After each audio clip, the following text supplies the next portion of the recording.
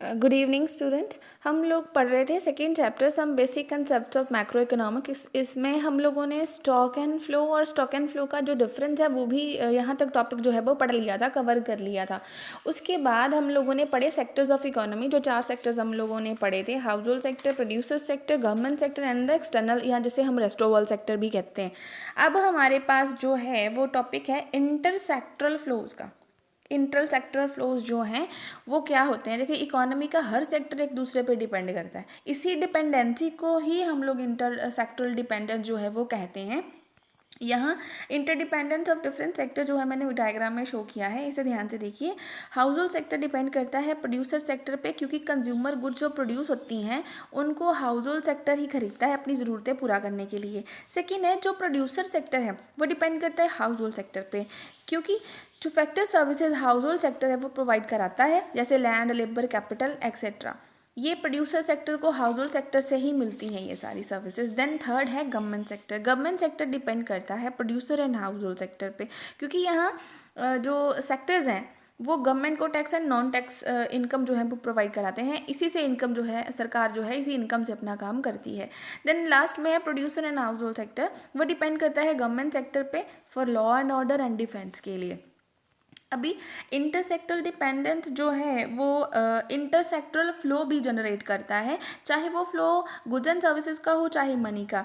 इंटरसेक्टरल मतलब अलग अलग सेक्टर में जो पैसा, मनी जो है वो एक सेक्टर से दूसरे सेक्टर में आती जाती रहती है। ठीक है, जो पैसा एक सेक्टर से दूसरे सेक्टर में आता जाता है उसको मनी फ्लो कहते हैं, और जो गुड्स एंड सर्विसेज एक दूसरे सेक्टर में आती जाती रहती हैं उनको रियल फ्लो जो है वो कहते हैं। फ्लो के एक्चुअली 2 टाइप होते हैं, real flow and money flow. अब real flow and money flow होता क्या है, इनको डिटेल में पढ़ते हैं। डिटेल में पढ़ने के लिए सबसे पहले हम लोग रियल फ्लो पढ़ते हैं कि रियल फ्लो क्या होता है। रियल फ्लो का मतलब होता है गुड्स एंड सर्विसेज का फ्लो। एक सेक्टर से दूसरे सेक्टर में जो गुड्स एंड सर्विसेज हैं वो जाती हैं, उनका उसी के फ्लो को रियल फ्लो कहते हैं। गुड्स जो है वो प्रोड्यूसर सेक्टर से हाउस होल्ड सेक्टर में आती हैं, क्योंकि गुड्स को एक्चुअल में यूज़ करने वाले हाउस होल्ड सेक्टर ही होते हैं, और हाउस होल्ड सेक्टर ने फैक्टर सर्विसेज जो हैं वो प्रोवाइड करानी होती हैं, ठीक है, प्रोड्यूसर सेक्टर को, जैसे लैंड, लेबर एंड कैपिटल। अब इसको एक एग्जाम्पल के द्वारा भी समझ सकते हैं।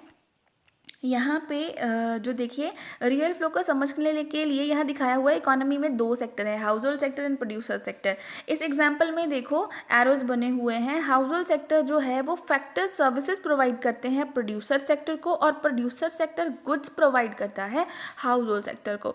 ठीक है, यहाँ पे रियल फ्लो की एग्जाम्पल है, क्योंकि गुड्स एंड सर्विसेज का फ्लो ही दिखाया हुआ है इकोनॉमी में, यहाँ पे मनी इन्वॉल्व्ड नहीं है। आगे हम पढ़ते हैं मनी फ्लो। मनी फ्लो क्या होता है? मनी फ्लो में मनी मूव करती है from one sector to another sector. Household sector factor services provide करते हैं, जिसके बदले में फैक्टर पेमेंट रिसीव करते हैं, जैसे लैंड के लिए रेंट, लेबर के लिए वेजेस, कैपिटल के लिए जो है इंटरेस्ट। और प्रोड्यूसर सेक्टर मनी रिसीव करता है from the house hold sector. ठीक है, क्योंकि house hold sector goods purchase करता है तो प्रोड्यूसर सेक्टर को मनी तो देनी पड़ेगी, क्योंकि मनी की इसमें इन्वॉल्वमेंट होती, इसीलिए ही इसको मनी फ्लो कहा जाता है। ठीक है, थैंक यू।